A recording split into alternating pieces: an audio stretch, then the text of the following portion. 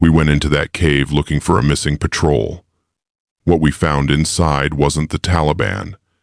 It was a 15-foot giant with 2 rows of teeth. In 2002, I was part of a specialized task force deployed to the Kandahar province of Afghanistan. Grid 18, a place that didn't officially exist on our maps. We weren't there to hunt the Taliban. We weren't there for hearts and minds. We were there to find a missing patrol. 4 days earlier, a unit call sign, Bravo, had gone dark in a remote mountain sector. No radio contact, no distress beacon. They just vanished. Before we left base, our translator spoke to the local villagers. When he asked about that specific mountain ridge, the elders went silent. They refused to look at us. They called it the home of the cannibal. They said, "Men who go up there don't come back down." We laughed it off. We thought they were talking about a sniper. We were wrong. We hiked 4 miles into the mountains. The terrain was brutal. Sharp, jagged rocks, and dead silence. No birds, no insects, just the sound of our own boots. As we approached the target coordinates, the smell hit us.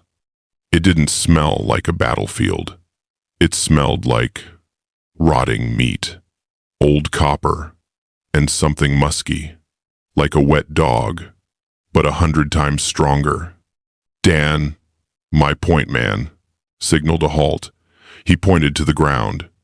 We found the first sign of the missing patrol about 100 yards from a cave entrance. It wasn't a body. It was a radio handset, smashed into pieces. Next to it, a Kevlar helmet. But the helmet looked like it had been stepped on, flattened, like a soda can. I looked at Dan. "What kind of force does that?" he whispered. "That's solid ballistic material." We moved forward, weapons raised, safety off. The cave entrance was massive, a dark maw in the side of the cliff, and scattered around the outside were bones. We stepped closer. These weren't goat bones. I saw a rib cage. I saw a femur. I saw human skulls. We formed a perimeter. My heart was hammering against my ribs. "Come out!" Dan shouted into the darkness. "United States Army! Come out with your hands up!" For a second, absolute silence. Then, the ground shook.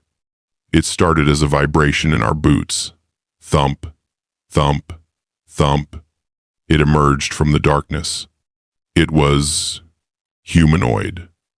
But it was wrong. 12, maybe 15 feet tall. It wore crude animal skins, draped over massive muscles. It had fiery red hair, matted with dirt and blood, and it had a double row of yellow teeth. It looked at us, not with fear, but with hunger, more terrified than I have ever been in my life. I froze, but Dan didn't. He opened fire. The creature moved faster than anything that size should. It didn't run. It charged. It roared, a sound that burst our eardrums, and lunged at Dan with a massive spear made of stone and iron. The spear went right through him. Dan was gone in a second, lifted into the air like a rag doll. "Open fire, light it up," I screamed. We unleashed everything. M4S, machine guns, grenades. We poured hundreds of rounds into the giant. The bullets hit, but it didn't stop. It stumbled back, screaming, swiping at us with hands that had 6 fingers. It was like shooting a tank wrapped in skin. Aim for the head. Bring it down. It took 30 seconds of continuous, concentrated fire, aiming for the face. Before it finally slowed down, it swayed, looked at us one last time, and crashed to the ground, The earth shook when it fell. We stood there, smoke rising from our barrels, staring at a dead giant in the Afghan mountains. The smell of burning hair and blood was overpowering. We checked Dan. He was gone. 20 minutes later, a helicopter arrived. But it wasn't medevac. It was a black Chinook. No markings, no call sign. Men in dark uniforms got out. They didn't speak to us. They didn't check on our wounded. They went straight to the giant. They loaded the body into a massive cargo net, hooked it to the chopper, and flew it away toward the west.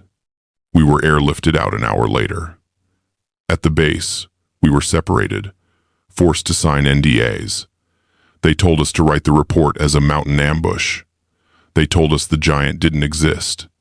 They told us, if we spoke about it, we would disappear. But I know what I saw. I know what killed Dan.